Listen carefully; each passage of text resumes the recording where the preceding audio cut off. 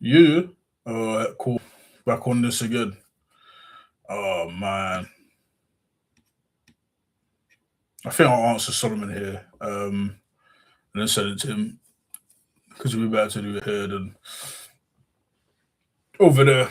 Um, so yeah, what was I going to say? The yeah. So the thing is, people take themselves too seriously, and they think that a lot of these online characters like Alex O'Connor can't be debated. They believe they're indebatable or that they're too intellectually savvy and all this stuff.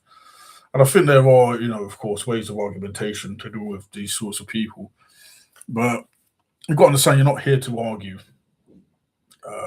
So yeah, that's what I would say to that. Yeah, I got dropped from Twitter. So now we're back on this again. We're back on this again. Oh my days. It's late now. So I'll head off in a bit. But yeah, just wait for people to jump in. By the way, I've nearly finished The Potter's Freedom. We're at that point right now. I did do a small review of it. Right now, I'm just two chapters away from completing it. He makes a really good argument. By the way, like James White makes a really good argument. If you ever are into this book, James White makes a really good argument for particular redemption. He quotes Spurgeon. He's got this nice saying here where it says, "He procured actual forgiveness of sins in their place. Yes, this great benefit will be applied to them in time, but that does not reduce the certainty of its application to a mere possibility." Um, you know, there is within the understanding of the I'm saying a lot of ums within the understanding of the Armenian and Norman Geiser's view. There is the understanding of universal non-specific atonement, and universal non-specific atonement is just going to be, well, God universally saves everybody, but there's no specific. But those who receive this atonement will be the ones who accept it and then believe in Him. Um, so it's not specific, but it is a universal atonement.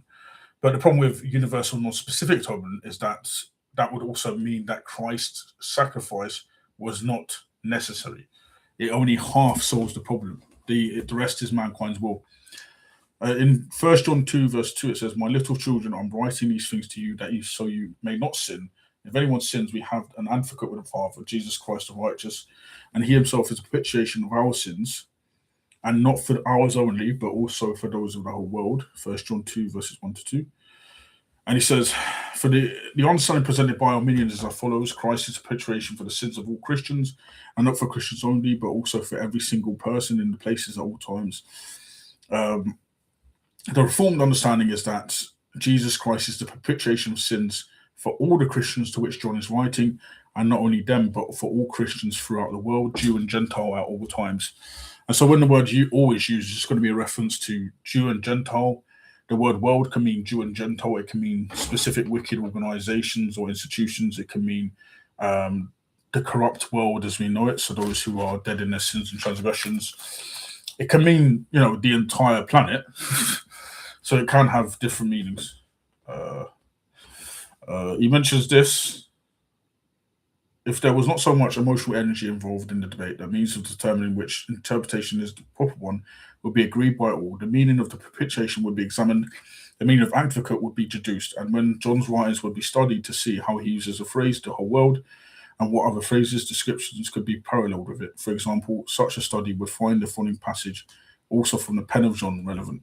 "And they sang a new song, saying, Worthy are you to take the book and to break its seals, for you were slain and purchased for God with your blood from men from every tribe, tongue, and people and nation. You have made them to be to be a kingdom, priests, a priest to our God, and they will reign upon the earth." Of course. And it says, "You were slain and purchased for God with your blood, men from every tribe and tongue and people and nation. You have made them to be a kingdom and a priest to our God." So if this meant every single individual, then there wouldn't be a hell, but the Bible evidently teaches a hell and it teaches not everybody will be saved. So this is speaking about his people. And what you know is that I think in the book of John chapter 3, Jesus mentions, redeeming his people somewhere in the book of John. Really good book. I'm going to try and get through this. The last chapter, in fact, is called which I find really good. The last chapter is called "The Potter's Freedom Defended," and then that's it. You know, really good. I'm gonna get some more books from this guy. Really good book. Obviously, it's taken a month for me to read that. I mean, and I'm still not there yet. But we'll go and get there. Anyway, God bless.